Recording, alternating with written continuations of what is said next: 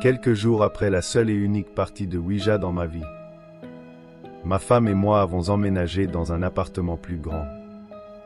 J'étais heureux de voir que mon ami, celui qui avait cassé la planche Ouija, serait mon voisin. Un soir, nous sommes allés chez un ami commun pour nous détendre. Nous avons joué à des jeux et écouté de la musique. Nous n'avons pas vu le temps passer.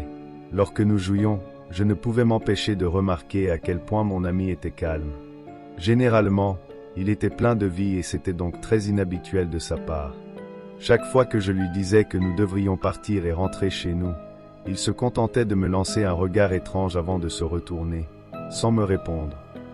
Lorsque nous sommes finalement sortis de chez notre ami, pour attendre le taxi, vers minuit, il était toujours silencieux. C'est à ce moment qu'il s'est assis par terre, la tête baissée. Quand j'ai remarqué ça, je l'ai secoué doucement, en appelant son nom. Aucune réponse.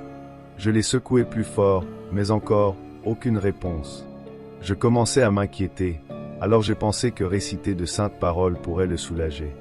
C'est alors qu'il m'a regardé droit dans les yeux avec un sourire qui n'avait rien d'habituel, et a dit « Es-tu sûr de vouloir me réveiller ?» J'ai souri en retour, lui disant « Arrête ça frère. Ne fais pas le clown comme ça.